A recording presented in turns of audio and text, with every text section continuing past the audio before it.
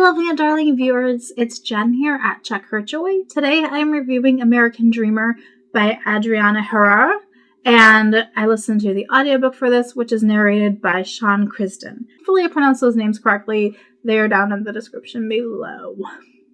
So this is an LGBT romance focusing on Nesto Vasquez, who is a Dominican-American cook, and Jude Fuller, who is a white librarian, and they're both gay. Totally a fun romance, but it's also kind of a steamier one, and it is not a clean read if you're looking for those. It definitely focuses on food and libraries, though, which are two things that I adore. So much fun. Okay, we're first introduced to Nesto Vasquez. His name is Ernesto, but he just goes by Nesto. He has started this food truck, which has this Afro-Caribbean tacos. So like burritos, but they're filled with rices and meats and like curries and sauces that you would find around the Caribbean. He is from the Dominican Republic, but he started this with his friends and their family recipes that come from countries like Haiti and Jamaica, and I don't even remember all of them. There were like 5 of those countries or something, but they all have different styles. So like one taco will be like a Jamaican flavored, another one will be Dominican inspired. But they all sounded so amazing. It was like making my mouth water and making me so hungry. I want it. I want them, please. So the food descriptions are so good in this book. Anyway, Nesto is starting this food truck. He had a job in the Bronx that he didn't really enjoy, and so this is him taking a chance. His mom has moved from the Bronx to Ithaca in upstate New York, and so he's going to Ithaca to start this food truck to be near his mom, his sister, like aunts, cousins. His family's up there now. But he definitely feels like he grew up in New York and is from there. And he also remembers the Dominican Republic. That's where he was from. Like, he and his mother immigrated together. And that's, like, where his roots are. And he's very proud of that. He wants to share that heritage with people around him, particularly through food. The other lead in this is Jude Fuller. He is white. He is from this very evangelical family from a small town in upstate New York that's very, very conservative. And when Jude came out as gay, his family disowned him. And so he's living by himself in Ithaca, where he got a job at the county library.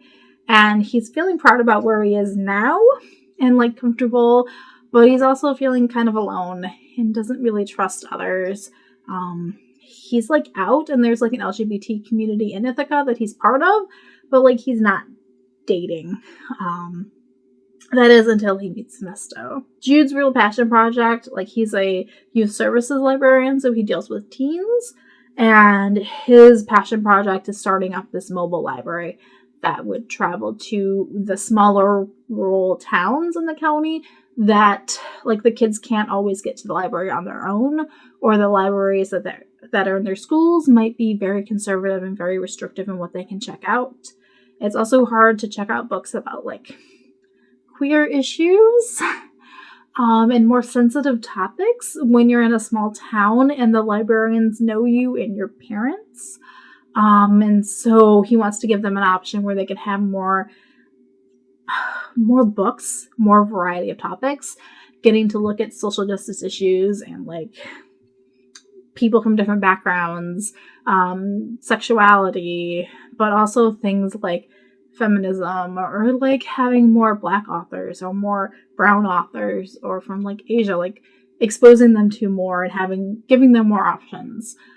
So that's his passion project. And it comes from a place where he was in a conservative town and he found out he was gay, and like his only refuge was the library, and his only like revenue, his only way of finding out more about this was going and reading books. And for some of these kids, they don't have that option because the library is too far away, or the libraries are too conservative, or like they know their parents. So loving Jude's passion project too. Jude also has his best friend in Carmen, who's another librarian who is totally supportive of him, but like Carmen and her husband are Jude's only really close friends in this community. Whereas Nesto comes from like this large community where he's got lots of family around him, but he's also got like his, I think it's 3 other best friends that he is always, like, they helped him make the truck. And while they still have jobs in New York, they're like coming up to Ithaca to help him get things set up and help him run for help him like staff big events. So Nesto has like a much bigger support structure than Jude does. But when the two of them meet, they definitely have some sparks flying. It is like immediate attraction. But they're both coming from backgrounds where they've gotten burned in the past in relationships, and they aren't necessarily looking for something serious. Jude's coming over the fact that he wasn't looking for dating at all, and Nesto's going from casually dating into something that might be more serious and trying to like envision a future with one person. But their romance like totally clicks. Their chemistry is great. This book deals with a lot of complicated social issues like racism and the immigrant experience, and how America, like the American dream, is founded off of working hard and trying things, and like you'll be rewarded if you work well, but like that's not the experience immigrants actually have. They come to this country and work their butts off, and they can still get beat down by like racism.